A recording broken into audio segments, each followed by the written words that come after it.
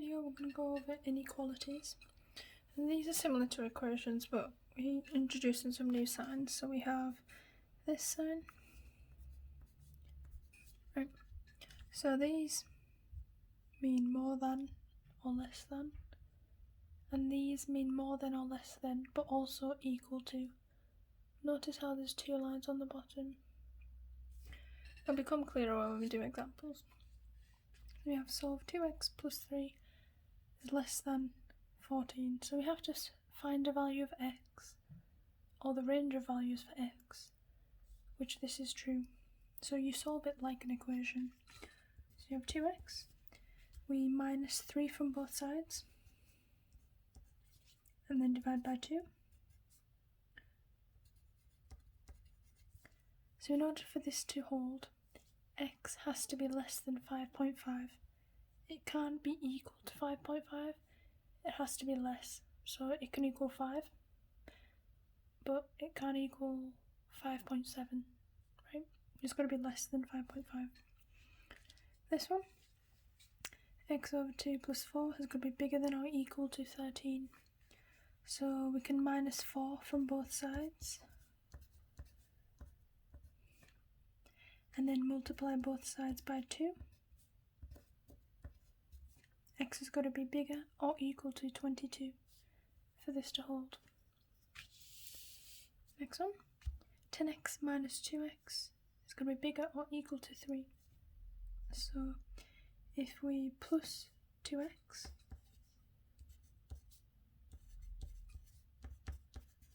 and minus 3 from both sides,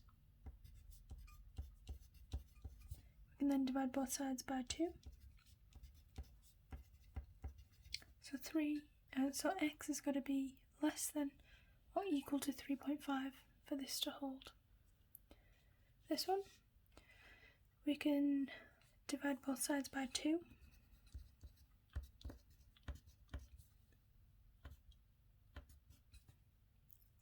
Add 3 to both sides,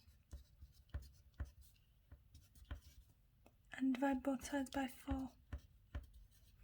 So x is going to be bigger or equal to 5 for this to hold.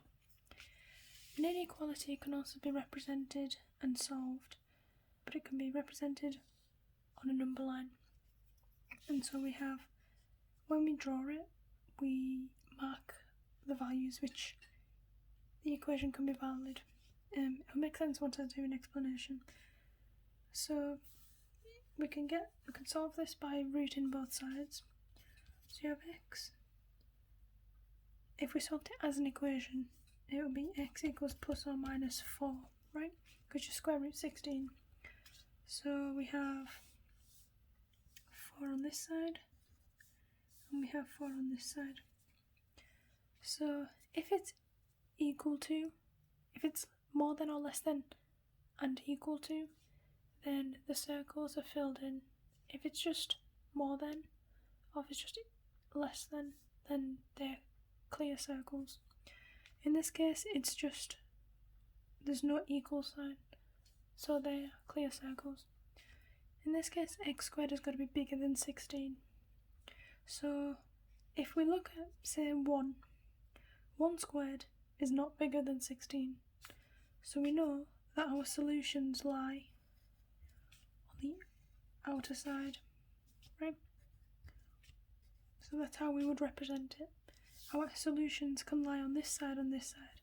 For example, 5. 5 squared is bigger than 16. 5 squared is 25. 25 is bigger than 16. So that fits our number line. If I do another one, for example, x squared is going to be bigger or equal to 16. So if we solve it like any other equation, we have x equals plus or minus 4.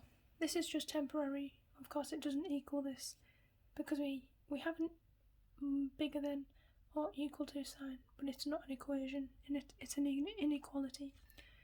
So again, we mark 4 on our number line.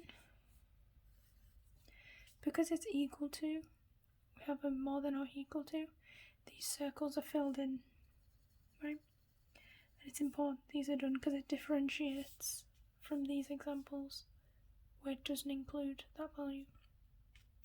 So we filled in our circles. we can pick a random number here, say 6. 6 squared is bigger than 16.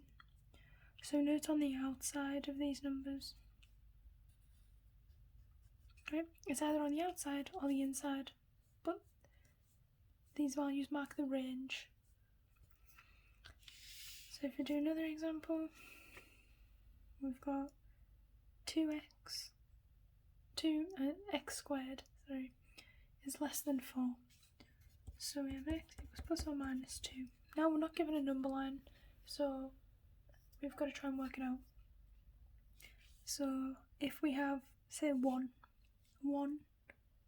is in between minus 2 and 2. 1 squared is less than 4. So we know that it's in the range. So another way to write the solution is like that. Because it's within the range. 1 is in between here. And any value of x in between these satisfies that. Which is basically what inequality is all about. Another example, 2x squared is less than 18. We get x squared by itself. Yep. And solve for x. Now let's put a number in 1. So 1 gives 2. 2 is less than 18. So the answer is within this range. So minus 3x. So that's the answer. That's how you display it. This one, we have x squared plus 2x minus 3 is less than or equal to 0. Now to find the range for this, it's not like this. You can't just square root. To find the solution of this, it's like solving a quadratic. You'd either factorise, complete the square, quadratic equation, whatever. But for simplicity, we can see that this can be factorised. So you have x. We know 3 and 1, obviously the factors of 3. We can plus 3 minus 1 to get that. So we know x equals 1 and x equals minus 3. We can use a number in between these two ranges to figure out where our solution can lie. So say we used -1, right? Use -1 as our test. So if we plug that in, it is less than 0, which means -1, which means between these is where our solution can lie. So we'd represent it like this. Notice how this is a less than or equal to sign. This means these are equal signs as well. They always match with what's in the question. If we solve this one,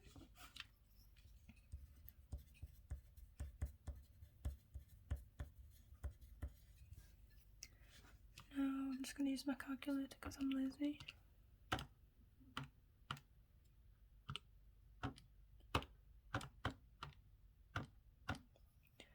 So we have x can equal 5/9 or x can equal -1. So we want to figure out if our solution is within these two numbers or on the outskirts of these two numbers. So as an example, we can substitute 0. So 0 is between these values. So if we substitute 0 in, we have 9x squared plus 4x minus 5. And this is below 5. Minus 5 is below 5. So our answer is between these values.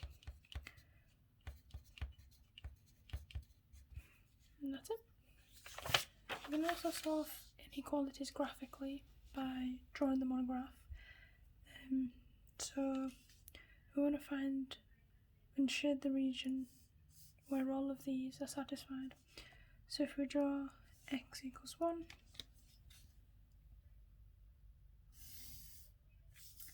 draw y equals 2,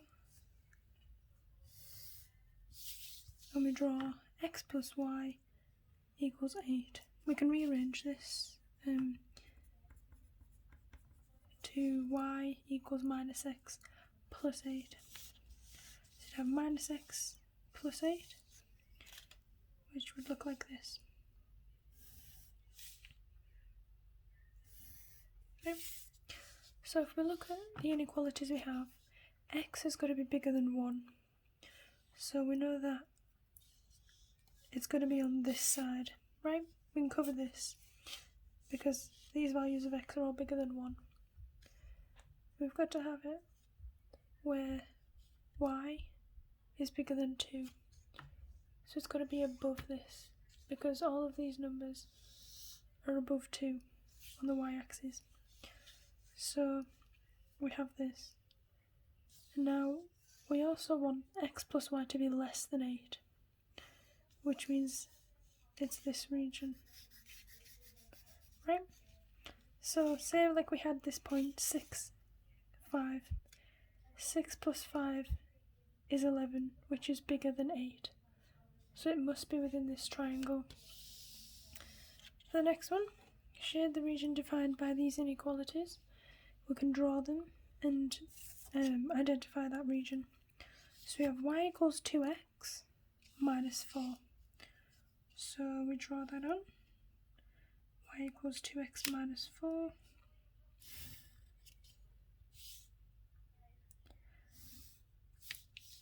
And then we have y plus x plus 2y is equal to 12. So this can be rearranged to 2y equals minus x plus 12, y equals negative x over 2 plus 6. And we can draw that. So we have negative a half x plus 6. Right?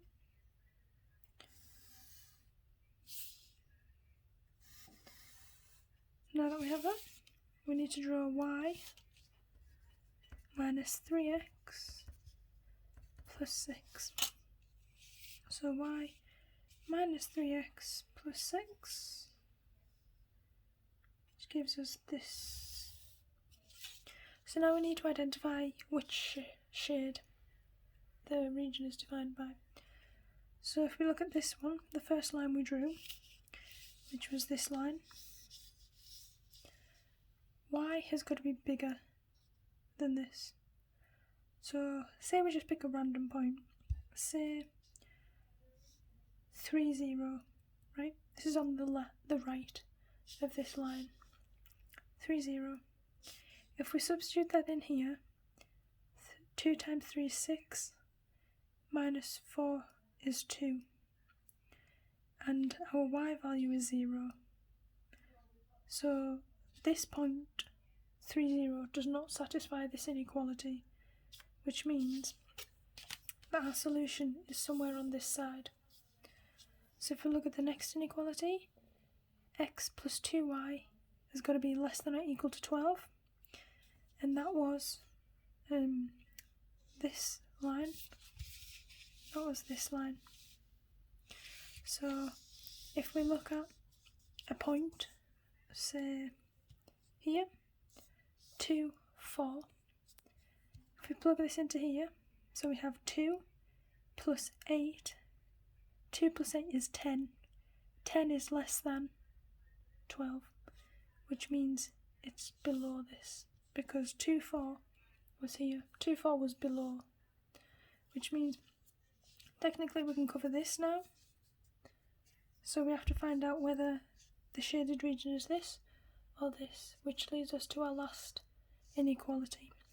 So if we pick a point 1, 0, 1 times 3 is 3, plus 0, so 3 is not bigger than 6, which means 1, 0 does not satisfy this inequality, which means it is this section, not this section.